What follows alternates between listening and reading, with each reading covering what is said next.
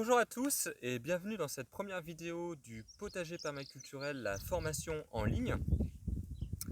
Aujourd'hui, on va voir avec vous les plantes et leurs besoins. Effectivement, on va parler du potager, on va trouver les techniques, on va élaborer, on va construire ensemble comment démarrer un potager et comment poursuivre, gérer un potager de manière écologique.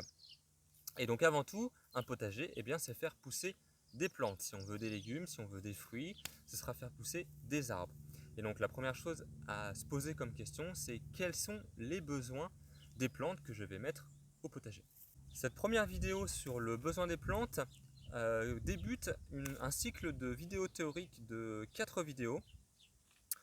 La première sur le besoin des plantes, la seconde sur le fonctionnement du sol vivant, la troisième sur la plante fait le sol et enfin une quatrième vidéo sous forme de TP pour vous expliquer les services rendus par la vie du sol aux plantes.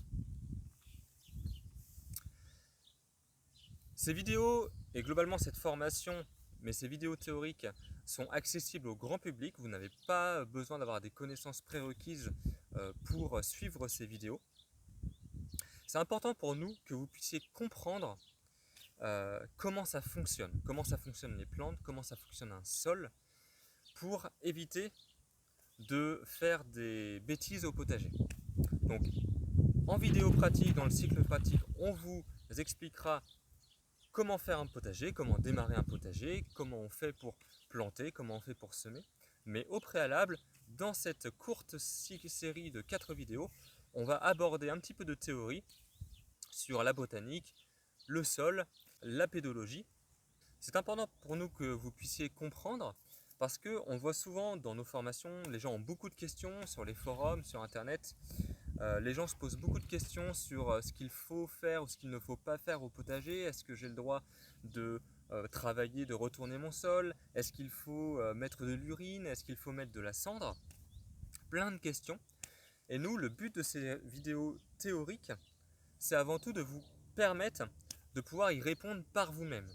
C'est-à-dire de vous donner les bases du fonctionnement de la plante et du sol pour que vous puissiez discerner ce qui va être pertinent ou non dans ce que vous pouvez voir circuler sur internet.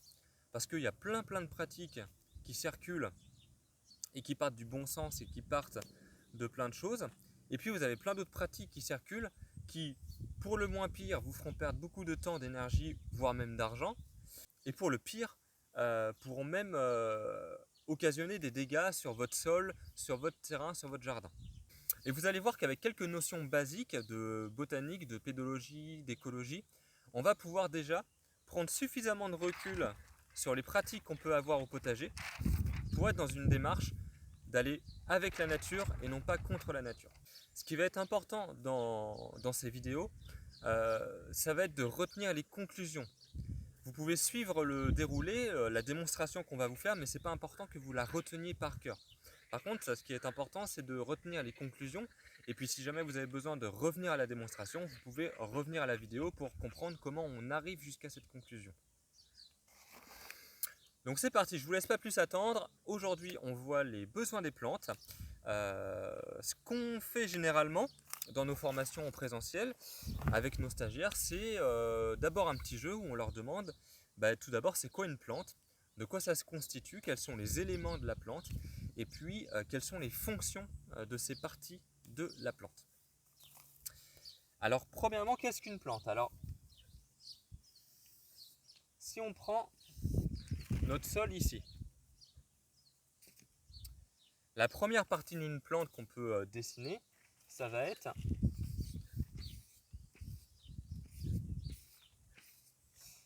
les racines.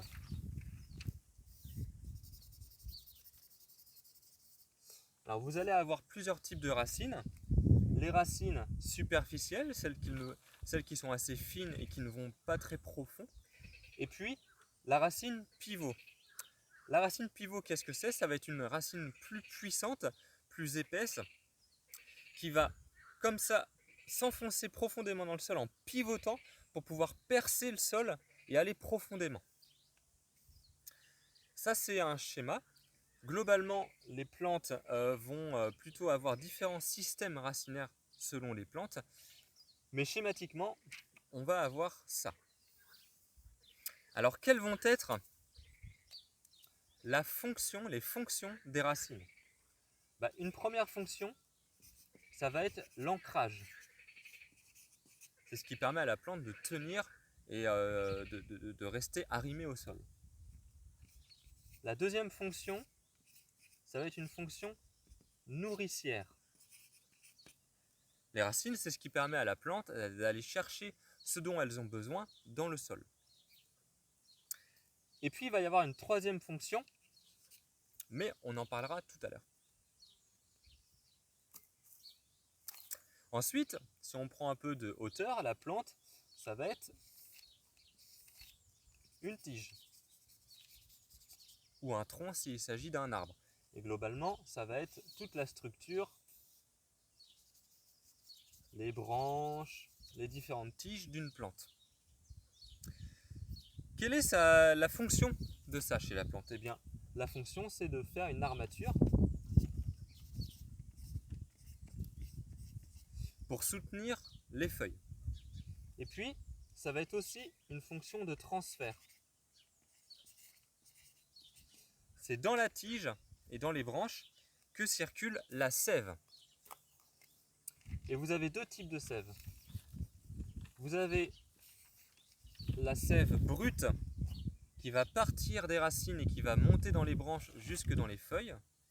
Et cette sève brute dans les feuilles va se charger des sucres que produit la plante via la photosynthèse pour redescendre vers les racines sous forme de sève élaborée.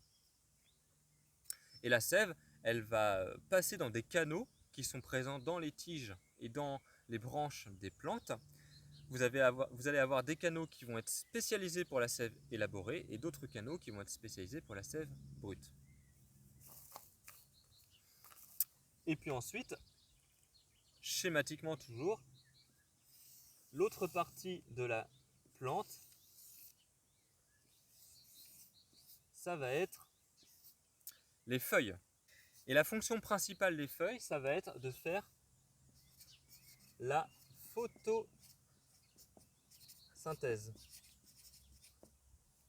La photosynthèse, c'est une réaction chimique qui existe dans la nature et qui a la particularité de n'être réalisée que par les plantes. Seules les plantes sont capables de faire la photosynthèse. Et en quoi ça consiste la photosynthèse? Ça consiste à transformer de la matière minérale en matière organique. On verra tout à l'heure un petit peu plus en détail ce que c'est que la matière minérale ou la matière organique.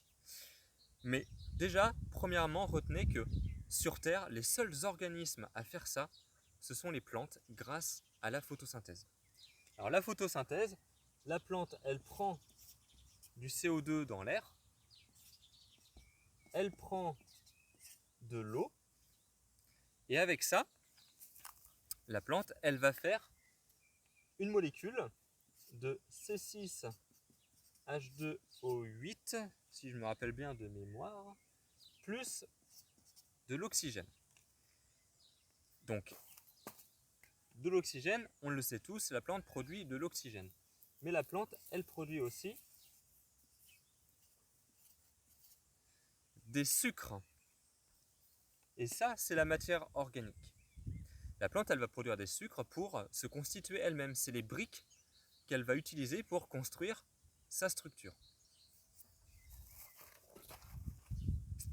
Ensuite, les feuilles de la plante vont avoir une deuxième fonction, c'est la respiration.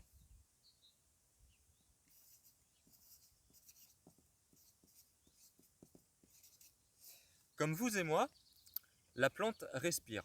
Alors, la respiration, ce n'est pas forcément parce qu'on a des poumons. La respiration, c'est un processus chimique qui consiste à prendre de l'oxygène, et la plante prend aussi de l'oxygène, et cet oxygène va servir à oxyder, à brûler, on dit souvent brûler, la matière organique. Donc le sucre Et oui, je vous ai pas dit, mais la plante, elle peut faire la photosynthèse, donc elle peut prendre l'eau et le CO2 pour en faire du sucre grâce à la lumière du soleil. C'est parce qu'il y a du soleil que la plante peut faire la photosynthèse. Et donc la plante va produire du sucre, donc elle va produire une première brique, mais cette brique, elle est faite d'éléments, les atomes, que la plante va pouvoir décomposer et réorganiser pour faire d'autres briques. Et pour casser une brique, la plante elle a besoin de respirer, de prendre de l'oxygène pour brûler la brique. C'est ce que vous faites vous aussi quand vous respirez. Quand vous respirez, vous prenez de l'oxygène et vous brûlez la matière organique que vous mangez. Ce qui vous permet de constituer votre corps. Donc voilà dans les grandes lignes ce qu'est une plante. Et ce que vous pouvez voir, c'est qu'une plante finalement, elle mange du CO2, elle mange aussi de l'eau. Pour faire des sucres, sa structure. Et donc là, je vais faire une petite parenthèse. Mais qu'est-ce que c'est que le dérèglement climatique?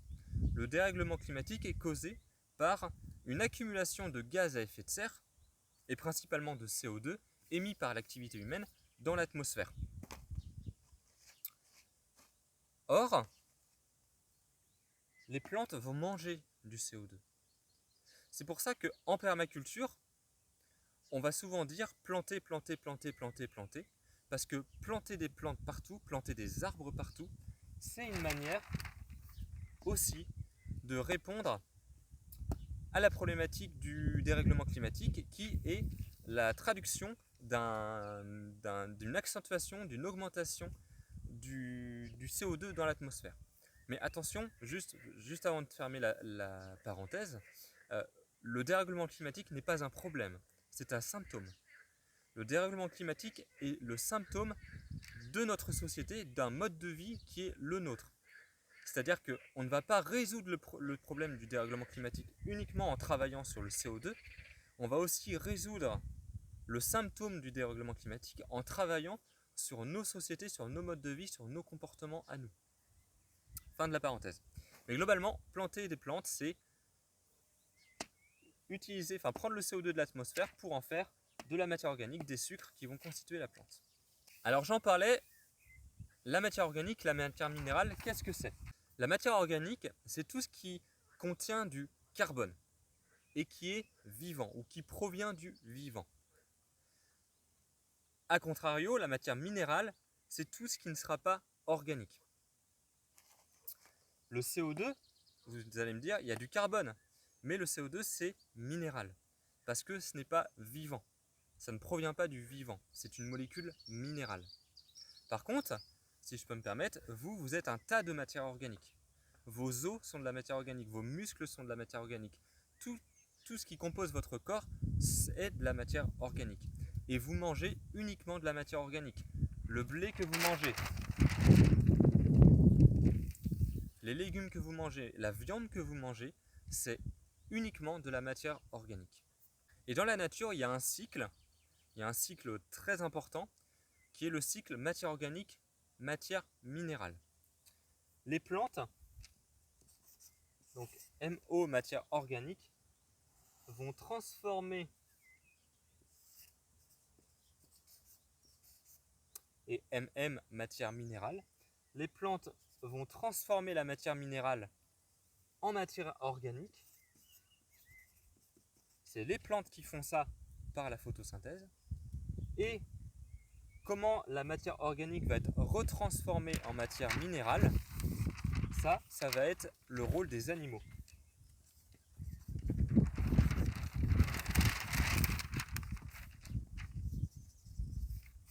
Ce sont les animaux qui transforment la matière organique en matière minérale. Vous, par exemple, ce que vous mangez, c'est de la matière organique, mais ce que vous sécrétez, donc pour brûler cette matière organique que vous mangez, vous respirez de l'oxygène et vous recrachez, vous rejetez du CO2, donc de la matière minérale. Et dans vos urines, vous allez aussi rejeter la matière minérale, principalement sous forme d'azote, mais aussi plein d'autres formes, plein d'autres composés, mais qui vont être des composés minéraux. Dans vos déjections, par contre, la déjection, c'est de la matière organique, mais c'est parce que c'est ce qui n'a pas réussi à être transformé dans votre intestin, et donc c'est le surplus de matière organique que vous n'avez pas réussi à transformer dans vos intestins et qui sont donc rejetés et qui vont être ensuite être minéralisés, donc transformés en matière minérale par les champignons, par les bactéries, par les micro-organismes qui vont s'attaquer et qui vont décomposer votre caca. Donc le cycle est respecté, les animaux transforment la matière organique en matière minérale et les plantes transforment la matière minérale en matière organique et le cycle est bouclé. Donc maintenant qu'on a vu les bases de la plante et quelles sont les fonctions des différentes parties de la plante et la fonction de la plante en particulier qui est de transformer la matière minérale en matière organique. La matière organique c'est la vie, donc la plante, c'est pour ça que c'est fondamental si vous voulez ce cycle-là. Si c'est la plante qui transforme la matière minérale, c'est-à-dire la matière inerte, en matière organique, ça veut dire que c'est la plante qui est à la base de la vie. C'est la plante qui passe la matière du côté inerte vers le côté vivant.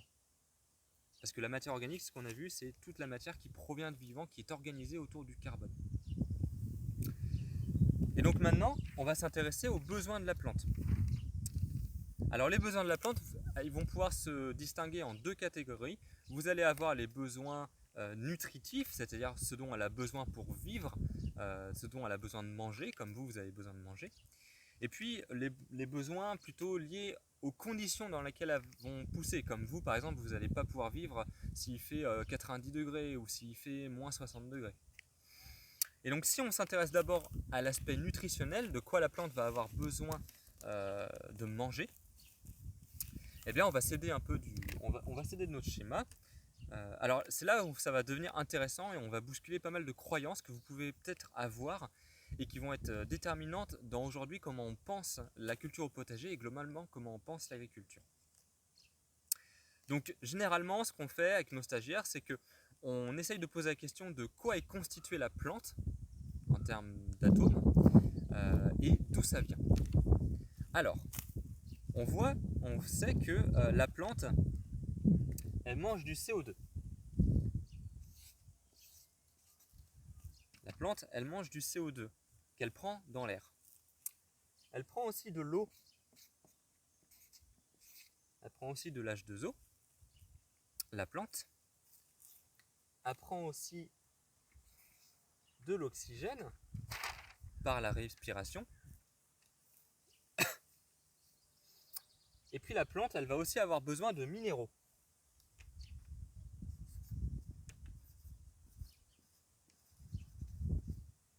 Alors les minéraux, qu'est-ce que ça va être? Ça va être l'azote, ça va être le phosphore, ça va être le potassium pour les plus connus, NPK. Mais ça va être aussi tous les oligo-éléments comme le bore, le calcium, le soufre, etc., etc. Vous en avez plein. Donc voilà de quoi va être constituée la plante. Et donc maintenant, petit jeu, ce qu'on aime souvent faire dans nos stages, c'est demander à ce moment-là à nos stagiaires, c'est à votre avis, en quelle proportion de ça la plante est constituée et surtout d'où ça vient. Donc si on regroupe un peu tout ça, bah, le CO2, ça vient de l'air, parce qu'elle le prend dans l'atmosphère. L'eau, ça vient d'où à votre avis? Oui, ça vient du sol. Ça vient du sol parce que les racines vont prendre l'eau dans le sol, même si une petite quantité d'eau que la plante utilise sont captées par les feuilles, la majeure partie de l'eau qu'utilise la plante va être prise par les racines. Mais ce qu'il faut comprendre, c'est que l'eau dans le sol, elle est là en transit. Il y a un cycle de l'eau et l'eau qui est dans le sol, c'est une étape dans la vie de l'eau. L'eau, elle vient principalement de la pluie. Elle vient du ciel. L'eau que vous avez dans le sol, que vous avez dans les nappes, c'est de l'eau qui vient de la pluie ou qui vient des neiges ou des glaces qui fondent dans les massifs montagneux.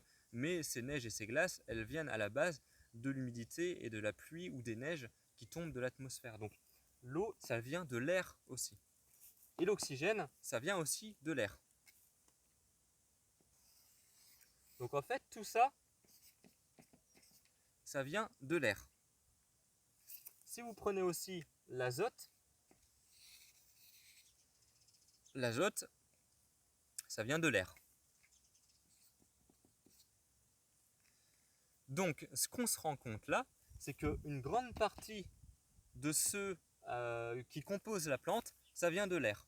Et donc la deuxième question que généralement on pose à nos stagiaires et qui nous fait toujours très rire parce qu'il y a plein d'idées possibles et souvent ça part dans tous les sens, mais c'est, à votre avis, quel est le pourcentage des composants de la plante qui viennent de l'air dans la plante? La plante, c'est, si vous prenez la plante dans sa totalité, combien de pourcents de la plante, c'est ça. Et c'est là que c'est intéressant, mais une plante, 97 à 98% de la matière sèche de votre plante, c'est ça. Le carbone qui constitue massivement la plante, qu'elle a par le sucre, ça va être de l'hydrogène qu'elle arrive à trouver avec l'eau, et ça va être de l'oxygène. Et ça va être 4% d'azote. Donc la plante, c'est avant tout du chon. Du chon pour carbone, hydrogène, oxygène, azote. 97-98%. Quelle est la première conclusion qu'on en retire de ça? C'est que la plante, c'est avant tout de l'air. Et donc si la plante, c'est avant tout de l'air, la conclusion suivante naturelle par déduction, c'est que la plante n'épuise pas le sol. Et ça, c'est fondamental. Et ça, c'est une croyance qui est répandue partout, qui est que la plante épuise le sol. C'est faux. Et pourtant, toute notre agriculture et toutes nos pratiques au potager sont fondées sur cette croyance que la plante épuise le sol. Ce n'est pas vrai. La plante n'épuise pas le sol parce que la plante, c'est avant tout de l'air. Et on le verra dans les vidéos suivantes théoriques, non seulement la plante n'épuise pas le sol, mais on va vous démontrer de plusieurs manières que la plante, elle crée le sol. C'est elle qui est à la base du sol. Sans les plantes sur Terre, vous n'auriez pas de sol. Vous auriez du caillou, comme ce qu'était la Terre avant que les plantes ne deviennent dominantes sur Terre. La Terre, c'était un tas de cailloux. C'était un caillou comme la Lune, comme Mars, comme Vénus. Mais si sur notre planète, vous avez cette fine couche qu'on appelle le sol, c'est grâce aux plantes. Donc les plantes, première chose à retenir, n'épuisent pas le sol. Et pour vous dire que cette croyance qui est fausse, et elle est fondamentale parce qu'elle a régi toutes nos pratiques, concrètement, c'est de ça, c'est de cette croyance-là qu'on dit qu'il faut faire des rotations de culture en partie. C'est parce que l'on croit que la plante, elle épuise le sol, qu'on dit qu'on fait des rotations de culture. Alors prenons un exemple tout bête, mais par exemple sur un potager ou un agriculteur, la première année, il va apporter un amendement sur son terrain, donc soit du compost, soit du fumier, et puis il va planter quelque chose de gourmand, hein, des tomates ou des courges ou des patates, parce que c'est gourmand, donc on va planter ça la première année. Puis la deuxième année, le jardinier ou l'agriculteur, il va se dire, bon, ma terre, elle est un peu plus pauvre, elle est moins riche parce que mes plantes ont pris. Donc je vais mettre quelque chose de moins gourmand, je vais mettre des légumes feuilles, des salades, des épinards, des choux. Et puis la troisième année, en année 3, l'agriculteur ou le jardinier va se dire, bon là ma terre elle est encore plus épuisée, hein, donc il va falloir que je mette quelque chose qui soit peu exigeant, comme des oignons, des aliacées, des poireaux, de l'ail. Et puis, hop, après, on remettra un amendement, du compost, du fumier, et on remettra un légume qui est exigeant en nutriments. Donc vous voyez que cette croyance que la plante épuise le sol, elle entraîne des comportements concrets dans le réel, dans notre pratique du potager et de l'agriculture. Et dès lors que vous comprenez que la plante n'épuise pas le sol, ces pratiques-là n'ont plus lieu d'être. Donc là, on a deux visions qui s'opposent. D'un côté, la plante épuise le sol, qui est une croyance, qui n'est pas le domaine du réel, parce que ceci. Et puis d'un autre côté, la plante n'épuise pas le sol. Concrètement, qu'est-ce que ça veut dire? Si la plante, elle épuise mon sol, ça veut dire qu'elle prend plus que ce qu'elle donne. Alors que si ma plante, n'épuise pas le sol, et on le verra dans les vidéos prochaines, la plante crée le sol, c'est que la plante donne plus que ce qu'elle ne prend. Et je vous en parlais tout à l'heure, ça fait écho à cette idée que la plante donne plus que ce qu'elle ne prend. C'est la troisième fonction des racines. Et cette troisième fonction, alors ça vous le savez sûrement pas parce que c'est quelque chose qui est connu depuis très peu de temps dans le milieu scientifique. C'est ce qu'on appelle la rhizodéposition.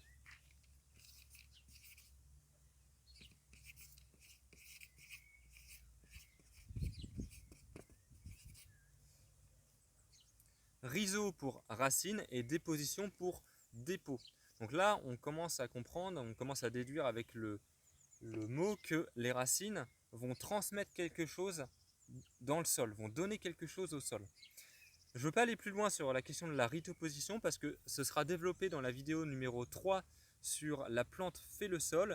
Mais ce que vous devez déjà commencer un petit peu à entrevoir, c'est que la plante, elle n'épuise pas le sol. Au contraire, elle donne plus au sol que ce qu'elle ne prend au sol. Donc ça, c'est une première idée pourquoi on dit que la plante épuise pas le sol, c'est que la plante, c'est avant tout de l'air. La deuxième idée, c'est que il nous reste donc 2 à 3% de la plante. 2 à 3%, la plante, c'est le potassium, le calcium, le magnésium, tous les oligo-éléments, globalement les oligo-éléments que la plante va trouver dans le sol. Donc 2 à 3% de la plante vient du sol. Et ce qui est important de dire à ce moment-là, c'est que les oligo-éléments que la plante va prendre dans le sol, ils sont en quantité très, très, très, très importante. Mais vous allez me dire, ça existe les carences. Des fois, vous avez des plantes qui sont carencées en fer. Et effectivement, oui, ça peut arriver, vous avez des plantes qui vont être carencées en fer. Mais est-ce que ça veut dire que vous n'avez pas de fer dans votre sol? Non. Ça veut dire simplement que vous n'avez pas de fer sous forme biodisponible. Effectivement, la plante, elle ne va pas être capable de manger tout ce qu'elle va trouver dans le sol. Il va falloir que ce soit sous une forme spécifique. Par exemple, vous avez besoin de silice pour pouvoir vivre. Votre corps a besoin de silice. Mais si vous mangez du sable, le sable, c'est quasiment que de la silice. Si vous mangez du sable, vous allez faire caca du sable et votre taux de silice dans votre sang ne va pas augmenter. Et bien, ça va être pareil pour la plante. La plante, si elle ne trouve pas de fer sous forme biodisponible dans le sol, elle va être carencée en fer, même s'il y a plein de fer dans le sol. Mais la question c'est comment faire pour rendre biodisponibles les oligo-éléments qu'il y a dans mon sol pour les plantes? Et globalement, ce qui va rendre biodisponibles les oligo-éléments du sol, ça va être les bactéries, les champignons et globalement la vie du sol.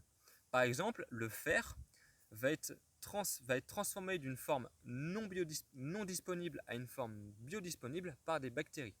C'est les bactéries qui vont transformer le fer dans le sol pour le rendre biodisponible pour les plantes. Et de même, vous allez avoir tout plein d'autres bactéries, tout plein d'autres champignons qui vont transformer tout plein d'autres oligo-éléments pour les rendre biodisponibles à la plante. Donc là, on commence un petit peu à mordre sur la vidéo 2, c'est-à-dire le sol vivant.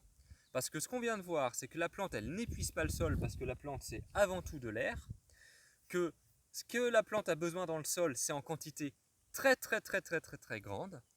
Et que pour que ce dont la plante a besoin dans le sol soit disponible pour elle, il faut qu'il y ait de la vie dans le sol parce que c'est la vie du sol qui va rendre disponible cette quantité énorme d'oligo-éléments pour la plante. Pour vous illustrer cette importance de la vie du sol, faisons un petit topo sur l'azote. On vous dit, les agriculteurs vont dire, l'azote c'est important. La majeure partie des engrais qu'on met dans nos champs, c'est des engrais azotés. L'industrie qui crée les engrais azotés, c'est une industrie extrêmement polluante qui fonctionne principalement sur les énergies fossiles. C'est-à-dire que le jour où il n'y a plus d'énergie fossile, donc où il n'y a plus de pétrole et de charbon, vous n'avez plus d'engrais azotés. Or, on a vu que l'azote, c'est à peu près 4% des besoins de la plante. Mais d'où vient l'azote? On a dit l'azote vient de l'air, puisque dans l'atmosphère, vous le savez, l'atmosphère est principalement composée d'azote sous forme de N2, diazote. Sauf que la problématique, c'est que la plante, elle n'est pas capable de manger le diazote, le N2. Elle ne peut pas le manger, elle n'y arrive pas. Donc l'azote a besoin de passer par une autre forme pour pouvoir être mangeable par la plante. Et la forme qui est mangeable par la plante, c'est NO3- et NH4+. NH4+, donc l'ammoniac et l'ammonium. La plante, elle est capable de manger ça. Mais comment on passe de ça à ça?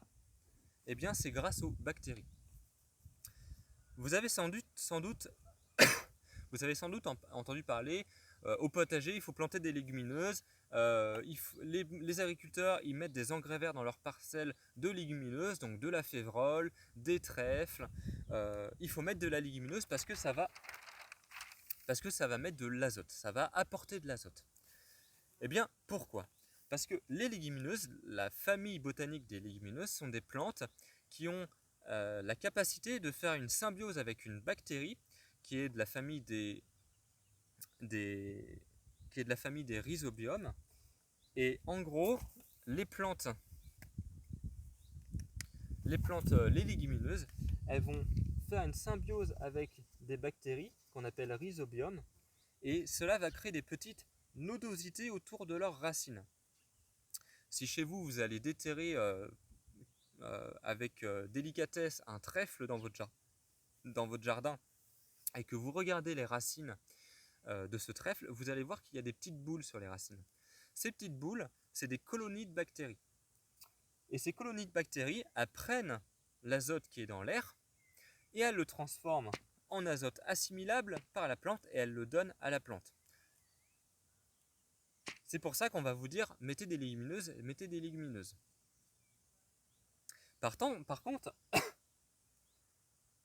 ce qu'on sait un peu moins, c'est qu'il y a d'autres bactéries qui vont transformer N2 en ammonium et en ammoniac. C'est la famille des azotobactères. Et les azotobactères, ce sont des bactéries qui vivent indépendamment dans le sol. Elles vivent toutes seules dans le sol, elles n'ont pas besoin de légumineuses pour pouvoir faire des symbioses. Or, ces bactéries, des azotobactères, elles ont besoin d'un sol aéré pour vivre, elles ont besoin d'oxygène pour vivre. Et surtout, elles ont besoin d'un sol protégé de la lumière du soleil en étant paillé, parce que ces bactéries, globalement les bactéries vont être tuées par les rayons du soleil, et puis elles vont aussi avoir besoin d'un sol humide. Et donc, vous pouvez avoir ces bactéries qui vont transformer l'azote de l'air en azote assimilable par les plantes dans votre sol, si bien sûr vous ne détruisez pas votre sol, si vous n'enlevez pas les conditions nécessaires à la survie de ces bactéries.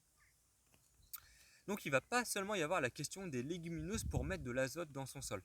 Sachant que, aussi autre chose à savoir qui est importante, mais la légumineuse, donc mettons votre haricot, votre petit pois, quand il a ses nodosités, il ne rejette pas dans le sol l'azote. L'azote, il le prend pour lui. Et c'est qu'une fois que votre plante, votre petit pois ou votre haricot va mourir et que son corps va être décomposé, que cet azote va être libéré au sol. Ça, c'est important.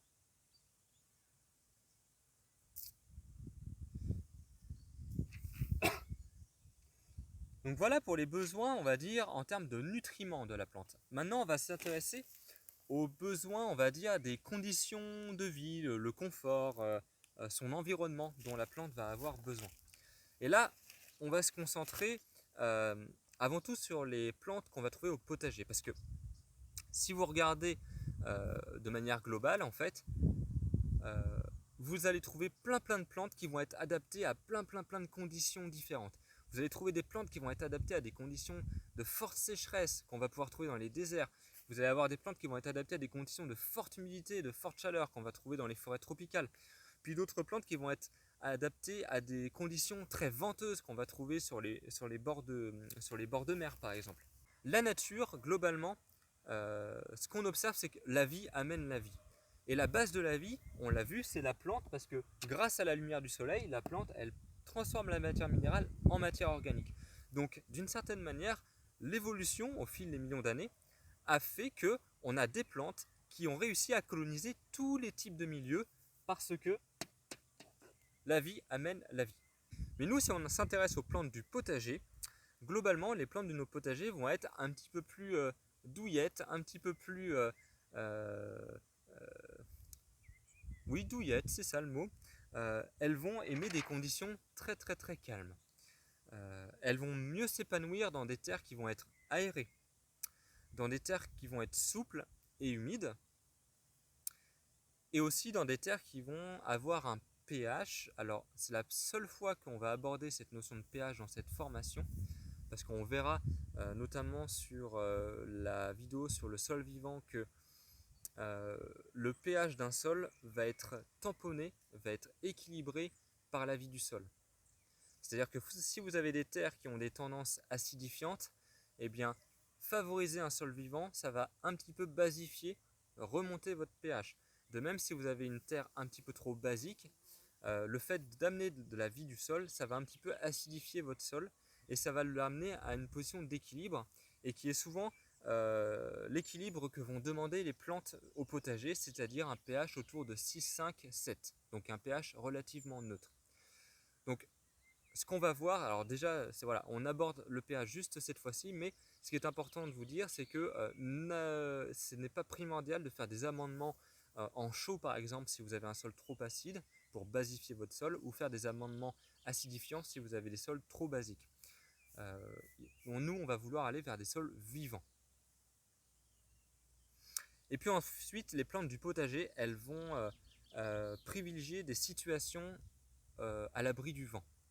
Alors pourquoi à l'abri du vent? Parce que, on le sait tous, le vent c'est séchant. Hein, si on étend notre linge quand il fait du vent, il va être sec plus vite. Ben, ça va être pareil pour la plante. Si la plante elle est en situation venteuse, elle va stopper ces échanges gazeux. Elle va stopper la photosynthèse parce que la plante, en fait, elle a sous ses feuilles ce qu'on appelle des stomates. Et ces stomates, c'est les portes d'entrée par lesquelles elle fait ces échanges gazeux. Elle relâche l'oxygène, elle capte le CO2 et elle capte l'humidité. C'est par les stomates qu'elle fait ça. Or, s'il y a du vent, la plante, elle va vouloir se protéger et protéger l'eau, son eau. Et donc, elle va fermer ses stomates pour protéger son eau et pour ne pas sécher. Et donc si votre plante ferme ses stomates, elle ne fait plus de photosynthèse et elle ne respire plus. Et donc votre plante, elle ne pousse plus. Elle est en mode pause. C'est pour ça qu'on va vouloir éviter de mettre nos potagers en plein vent. Donc souvent on va l'abriter. Si jamais c'est pas possible pour vous d'abriter votre potager, vous allez pouvoir essayer de construire des structures qui vont ralentir le vent pour le mieux le stopper, si c'est pas possible de le stopper, ralentir le vent. Donc ça va être ça globalement les conditions parfaites pour une plante. On finit cette vidéo sur les plantes avec un petit topo. Souvent c'est une question qui est récurrente. La différence entre plantes annuelles, plantes bisannuelles, plantes vivaces. Alors ce qui est important de savoir là-dessus, et vous pourrez le savoir ensuite par vous-même, ce qui est important c'est de connaître le cycle végétatif d'une plante. Une plante elle a un cycle végétatif. Un cycle végétatif c'est elle part de la graine, elle fait des racines, elle fait une tige, elle fait des fleurs, éventuellement elle fait un fruit. Enfin, tout le temps elle fait un fruit, mais pas tout le temps visible. Et puis ce fruit contient des graines qui vont ensuite être redispersées dans l'environnement. Et bien ça, de la graine à la graine, c'est un cycle. Et une plante annuelle, c'est une plante qui va faire un seul cycle et qui va le faire sur une saison, c'est-à-dire même moins d'un an, qui va le faire du printemps jusqu'à l'automne. Elle va faire sa tige, sa fleur, son fruit, ses nouvelles graines, et puis elle va mourir. C'est ça une plante annuelle. Et nous au potager, globalement, on a souvent des plantes annuelles. On cultive souvent des plantes annuelles.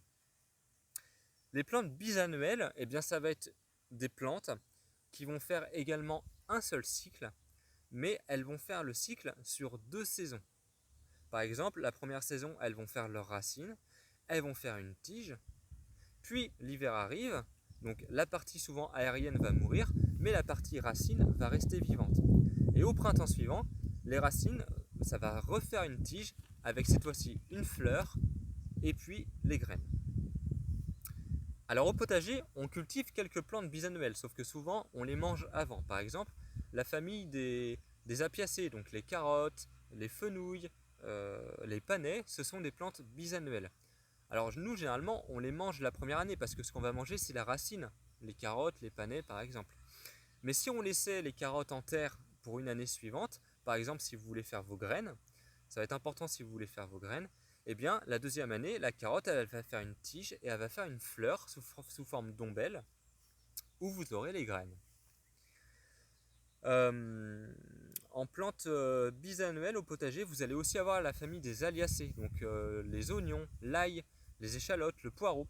Ça va être aussi des plantes qui vont faire leur cycle sur 2 ans. Et puis les plantes vivaces. Alors les plantes vivaces, comme les arbres, comme certains légumes, c'est des plantes qui vont non seulement faire plusieurs cycles au cours de leur vie, mais qui vont vivre plusieurs années. Donc, par exemple, un cerisier, eh bien, pendant 40 ans, il va vous donner des cerises, donc il va faire un cycle par an. Pareil pour un framboisier, pareil pour des légumes perpétuels. Et ça, c'est quelque chose qui va être de plus en plus intéressant, surtout dans des logiques permacoles, c'est-à-dire des logiques de résilience, d'efficacité. Ça va être les légumes perpétuels, les légumes vivaces. C'est des légumes qui sont un peu tombés dans l'oubli, mais qu'ils reviennent beaucoup sur le devant de la scène, parce que ce sont des légumes qui, par leur caractère vivace, vont avoir beaucoup moins besoin d'attention que les légumes annuels qu'on va avoir tendance souvent à cultiver au potager. Parce qu'il faut bien se rendre compte que les légumes annuels, c'est beaucoup d'énergie. Chaque année, il faut ressemer, il faut replanter. Et puis un semis, c'est quelque chose de très fragile, c'est comme un bébé. Vous allez devoir donner beaucoup d'attention à un semis pour pouvoir faire en sorte qu'il arrive jusqu'à maturité. Donc les légumes vivaces, c'est une solution qui commence à être de plus en plus mise sur le devant de la scène pour avoir un moyen d'avoir une alimentation potagère, mais en même temps économiser de l'énergie et du temps au potager. Et des légumes vivaces, vous en avez plein. Vous avez l'artichaut, mais vous avez aussi le chou de Banton, qui est un chou vivace. Vous avez aussi plein de variétés de la famille des aliacées. Vous avez des poireaux vivaces, vous avez des oignons vivaces, de l'ail vivace. Vous avez aussi des légumes feuilles vivaces comme l'épinard d'Asie. Vous avez des céleris vivaces. Donc tout un tas de familles de légumes que vous pouvez planter chez vous et laisser pousser sans aucun entretien et vous produire de la nourriture. Donc voilà pour cette première vidéo théorique sur les plantes et leurs besoins. J'espère qu'elle vous a plu et qu'elle vous a appris des choses. On se retrouve pour la prochaine vidéo sur le sol vivant. Et d'ici là, prenez soin de vous et je vous dis à bientôt. Allez, bye bye, au revoir.